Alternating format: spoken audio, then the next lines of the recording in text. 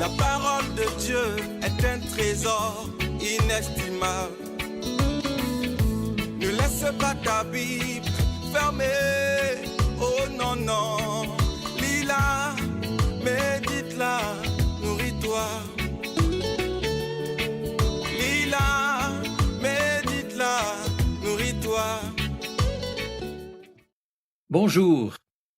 Dans les évangiles, pour dire la nécessité de répondre à l'appel de Dieu et éviter les conséquences néfastes d'un possible refus, Jésus parle parfois de la gêne. Ce mot est la transcription de l'hébreu Gehinnom, une sinistre vallée située au sud de Jérusalem, où l'on avait jadis pratiqué des sacrifices d'enfants en l'honneur du dieu Moloch.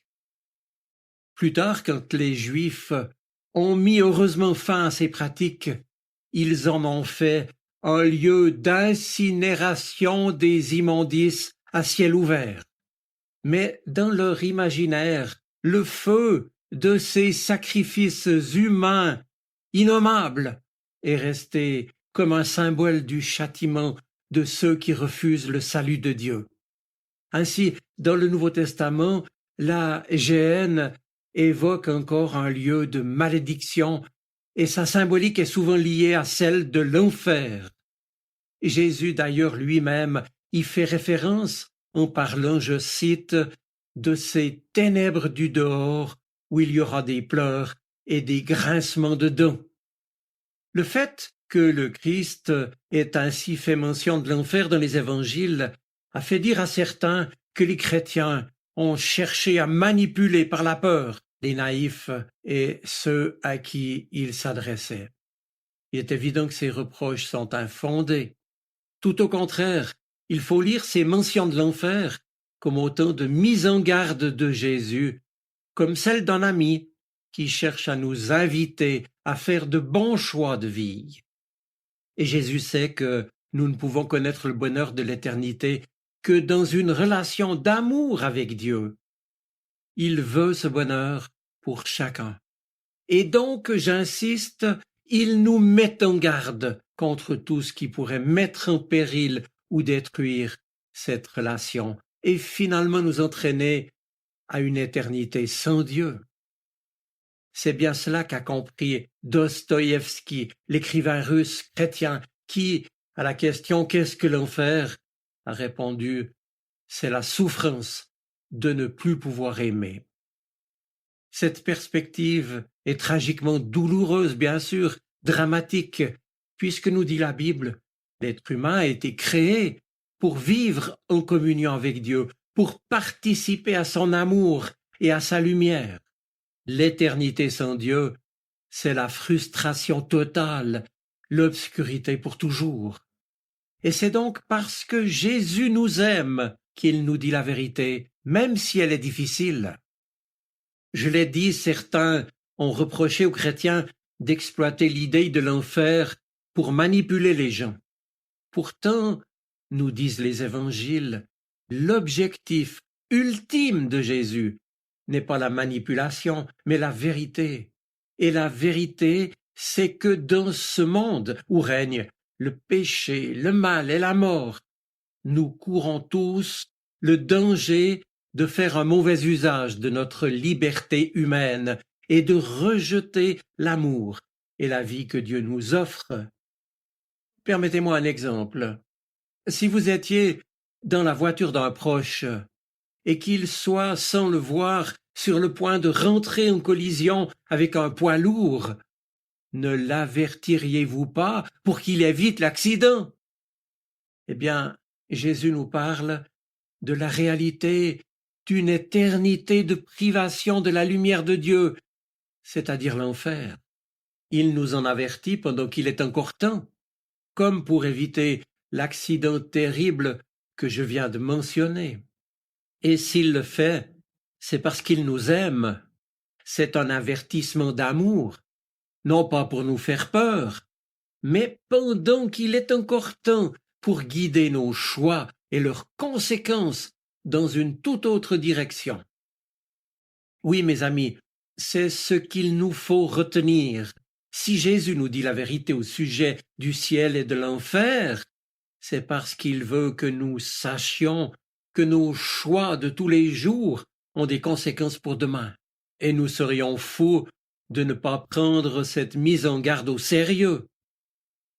Maintenant, il y a encore une autre facette de cette même vérité que je veux surtout souligner. Et c'est la foi en la résurrection du Christ, parce qu'elle est la clé de voûte de la foi chrétienne. Si nous la nions, cette résurrection, tout s'effondre. Et Paul le dit avec force aux chrétiens de Corinthe. C'est en 1 Corinthiens chapitre 15.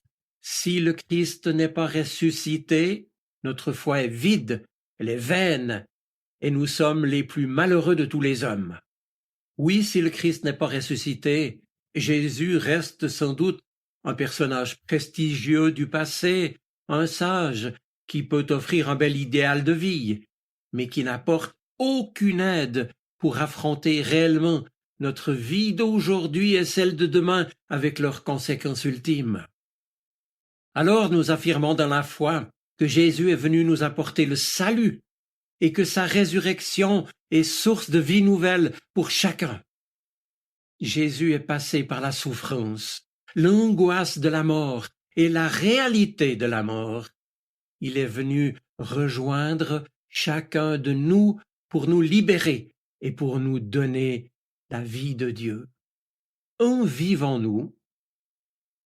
La résurrection vient donc provoquer une brèche dans tous les enfers, dans toutes les prisons, dans tous les enfermements qui retiennent les hommes et les femmes de ce monde. Enfer de la culpabilité du péché, enfer de la violence, de la torture et de la guerre, enfer des addictions de toutes sortes, à l'alcool, à la drogue, au sexe, à la consommation, enfer de la dépression ou de la maladie, enfer de la solitude qui vous ronge l'âme, enfer de la perte de l'être aimé qui vous rend inconsolable. Je crois qu'il est bon d'éprouver de la crainte devant la laideur et le poids de tout cela. Mais c'est un point de départ, pas un point d'arrivée. Dès lors, être vrai, parlant de ce que les théologiens appellent les fins dernières, ne consiste pas à décrire ce qui se passe après la mort. On n'en sait finalement pas grand-chose, mais à stimuler notre motivation à vivre du Christ et selon le Christ, et à nous engager sur le chemin d'une nouveauté de vie qu'il nous offre, non pas pour fuir ce monde, mais avant tout pour répondre à la volonté de Dieu. L'enfer, c'est ne pas saisir la main tendue par Dieu. L'enfer, c'est sortir de son projet d'amour pour nous. Or, Jésus est venu rejoindre chacun pour lui témoigner de la miséricorde du Père. Il est venu manifester la tendresse de Dieu, d'un Dieu qui aime, qui pardonne, qui transforme et qui nous appelant à la vie, espère en notre amour en retour. Mes amis, si Jésus a affronté dans sa vie donnée sur la croix la grande solitude de la mort, c'est pour que personne ne soit plus jamais seul et sans amour. Il a pour chacun, et pour toi aussi qui m'écoutes, une parole qui lui ouvre un avenir. Alors relisez ce texte de Luc 23, car même au brigand qui allait mourir sur la croix en même temps que lui et qui s'est tourné vers Jésus au dernier moment, il a pu dire, en vérité, je te le dis, aujourd'hui, tu seras avec moi dans le paradis. Je vous souhaite une bonne semaine. Soyez bénis. Amen. La parole de Dieu est un trésor inestimable. Ne laisse pas ta Bible fermée. Oh non, non. Lis-la,